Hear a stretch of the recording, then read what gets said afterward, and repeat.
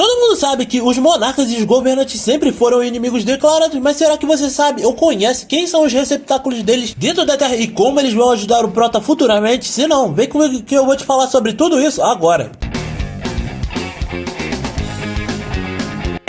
Beleza, quem fala o Watch, galera. Antes do vídeo começar, eu apenas queria estar falando que esse vídeo vai estar contendo spoilers, caso você ainda não tenha dado uma olhada na novel ou na webtoon de Solo Leveling. Então, se você ainda quiser prosseguir, prossiga por sua própria conta e risco. Só lembrando, galera, o que são os governantes? Eles são seres que foram criados principalmente e pessoalmente pelo ser absoluto, que tinha a intenção de fazer seres com a energia boa e ruim que existia no universo, fazendo com que dali em diante eles tivessem que lutar basicamente eternamente, e principalmente pelo fato do ser absoluto nunca permitir que eles fossem adiante em xeque esse combate de uma vez por todas, o que fez com que eles futuramente tivessem que arquitetar um plano, matando desse modo o ser absoluto e partindo para cima dos monarcas com tudo de uma vez por todas. Só que teve um deles que não concordou nem um pouquinho com essa situação, que era o Ashborn, que no caso era o maior governante que existia naquela época, já que o cara tinha um poder equivalente para rivalizar até mesmo com Antares, que seria o líder de todos os monarcas. E nisso a gente vê o que? Eles tramando para poder matar o Ashborn de uma vez por todas, e graças a isso a gente vê ele se tornando principalmente o mais novo monarca depois que tudo isso acontece. Só que quando ele chega no local onde o ser absoluto tava, já era tarde demais, que os governantes tinham dado cabo do ser absoluto, fazendo com que dali em diante eles tivessem que formar uma aliança com os monarcas, principalmente porque ele queria vingança pelo que os governantes fizeram com o ser absoluto. E tudo isso acabou meio que sem precedentes, caindo em desastre depois de ele ter sido traído até mesmo pelos monarcas, o que também resultou na fuga dele pra dentro da Terra, na intenção de começar vida nova. Só que como o passado nunca sai da gente completo, é que a gente vê os monarcas saindo de onde eles estavam pra ir até onde o Ashborn estava, principalmente pelo fato de eles terem tomado uma bela de uma surra pros governantes, que agora estavam com 3 artefatos que tinham sido feitos com o poder do ser absoluto, sendo que um deles acabou sendo vital para fazer com que a Terra voltasse a sempre ser o que era o cálice do renascimento, ao qual o nosso Prota utiliza para que a gente pudesse ver ele dando uma mega surra em todos os monarcas de uma vez no final da hora. E bom, o que vocês acham que os governantes fizeram depois que eles souberam que os monarcas foram pra dentro da Terra? É óbvio que eles já acabaram indo pra lá na intenção de impedir qualquer coisa que os monarcas tentassem fazer. Só que ainda assim, eles não podiam chegar entrando dentro do planeta porque eles não queriam destruir o local, o que acabou fazendo com que eles arquitetassem meio que um plano para poder injetar mana dentro do planeta, já que dessa forma a batalha que viria entre monarcas e governantes não destruiria o planeta por completo. E nisso a gente também vê eles dando e ajudando o pessoal a conseguir se transformar em caçadores através dessas injeções de manas, pois foi aí que eles criaram os portais onde tinham vários e vários seres que foram capturados pelos governantes, que eram dos monarcas antigamente. E eles não tivessem que ficar entrando e saindo de dentro da Terra na hora de ficar de olho nas coisas, é aí que eles escolhem vários receptáculos nessa parte da história, justamente para que eles conseguissem ficar de olho em tudo, sendo que eles são basicamente uns 6 a 7 e todos eles têm uma conexão direta com os governantes, para caso dê ruim em algum momento. E é agora que eu vou estar falando sobre todos eles, sendo que eu vou começar com o número 1, sendo o Go-Gun-Hee. Porque, para quem não sabe, o líder da Associação de Caçadores Coreano é um dos caras que foi colocado como um dos receptáculos dos governantes. Afinal, a gente viu que lá no passado ele também, à beira da morte, foi contatado por um dos governantes, fazendo com que ele conseguisse retornar da morte, se tornando o mais novo caçador de Rank S, sendo que ele só acabou morrendo por causa da sua idade avançada na luta contra o Monarca de Gelo. E galera, só um ponto, ele só morreu mesmo porque ele não era nem capaz de utilizar metade do poder dos governantes igual aos outros, já que se fosse o caso, ele também teria se tornado um caçador de nível nacional, como é o caso do Sung, do Thomas e entre vários outros. 2. Christopher Reed. Esse, infelizmente, a gente não tem muitas informações sobre ele ou o que ele fazia durante a sua época como caçador, só que a gente sabe que ele foi um dos caras que bateu de frente na época que o Kamish estava dando as caras no planeta, e tudo isso só foi possível porque a Selmer, segundo eles, numa conversa conseguiu fazer com que ele ficasse mega poderoso, o que faz a gente pensar que provavelmente ela foi meio que um condutor para que ele conseguisse criar um elo entre os governantes e os rank nacional. E no final ele só acabou morrendo por 2 motivos, porque ele foi muito arrogante, não querendo aceitar a ajuda do Sung, mesmo depois do aviso da Selmer, e pelo fato de que 3 monarcas apareceram dentro da casa dele para poderem encurralá-lo, matando de uma vez por todas. Número 3, Thomas Under. A gente sabe que o Thomas era considerado basicamente o maior tanque que existia dentro da obra, pelo menos como humano, já que quando rolou a calamidade Kamish, a gente viu que ele foi o primeiro a arrancar um dente do bicho. E diferente do Christopher Reed, que foi abençoado pelo seu poder com a Selmer nos seus encontros, ele meio que foi abençoado com esse poder naturalmente, pelo menos pelas palavras dele, e fora que ele foi essencial na batalha final para que o Sung conseguisse derrotar o Antares, já que a gente viu que ele e as sombras do Sung foram praticamente indispensáveis na hora de bater de frente contra o Corpo de Ferro, e isso possibilitou o Sung conseguir lutar no X1 mano a mano contra o Antares sem nenhum problema. Número 4, Liu Zingang. Infelizmente, esse é um dos personagens que a gente tem menos informação, menos até que o próprio Christopher Reed, já que a gente não sabe o que ele conseguiu batendo de frente com o Kamish, como ele conseguiu os seus poderes, e nem se, assim como o Thomas, ele poderia ser um grande adicional às forças do Sung caso o Sung precisasse de ajuda no combate, já que a única coisa que a gente vê ele fazendo é matando alguns monstros, como foi nos capítulos finais. Número 5, Sung Yilhan. A gente viu que, diferente dos outros personagens que a gente viu nessa lista, o pai do Sung recebeu seus poderes diretamente dos governantes, já que quando ele ficou preso dentro de um portal Rank C, ele acabou ficando prestes a morrer por falta de comida ou água. E nisso a gente viu que foi uma oportunidade que os governantes viram de ter alguém que poderia ser útil a eles, fazendo com que dali em diante ele meio que fosse o emissário deles nessa situação até a sua morte, onde ele peita 3 monarcas, ou pelo menos 2 monarcas, até que o filho retornasse da sua conversinha com o Ashburn. Fora que, diferente da Webtoon, onde nunca foi mostrado o corpo astral dele, só fazendo com que ele manifestasse sua aura, dentro da novel a gente viu que o cara conseguiu mostrar um corpo astral bem cabuloso, como foi com o Thomas ou o Christopher Reed. Número 6, Sung Jin-woo. Tá, pessoal, eu sei que atualmente o Sung não pode ser considerado um governante, principalmente porque ele atualmente é considerado um monarca, já que o Ashburn não era um governante, mas quando ele recebeu o poder da morte naquela época. Só que a gente ainda não pode descartar que ele veio da criação do Senhor Absoluto originalmente como um governante, e teoricamente ele era basicamente um monarca honorário, fazendo com que o Prota também se tornasse meio que um governante, por assim dizer. E se você contar, ainda tá faltando alguém, porque teoricamente os monarcas eram basicamente 7, assim como os governantes, e por algum motivo o autor nunca fez o favor de se aprofundar dando uma personalidade mais detalhada para os outros governantes, como foi com o Ashburn. E se eu tivesse que chutar para dizer qual seria outro personagem que teria se tornado um receptáculo de governante, eu chutaria que talvez seria o Jonas, ou então também poderia ser o Siddharth Bachchan, já que a gente sabe que o Jonas acaba sendo morto teoricamente sob circunstâncias misteriosas no Brasil, e o Siddharth ele meio que só é citado como um caçador de rank nacional. E isso é uma coisa que eu gostaria pra caramba que eles explicassem melhor dentro da história quando for adaptada pra anime. Mas só, se você não quiser perder quando tudo isso acontecer dentro do anime, você tem que estar inscrito no canal, deixar o like, compartilhar pra geral que ainda não acompanha ou não deu uma olhada dentro da Webtoon ou da novel como um todo, pra ficar por dentro de tudo que vai acontecer dentro da animação. E galera, aqui embaixo eu vou estar deixando uma playlist e um vídeo no final desse vídeo falando sobre todos os 2 vídeos que eu já lancei atualmente. E por hoje era isso, galera. Valeu, falou, fui.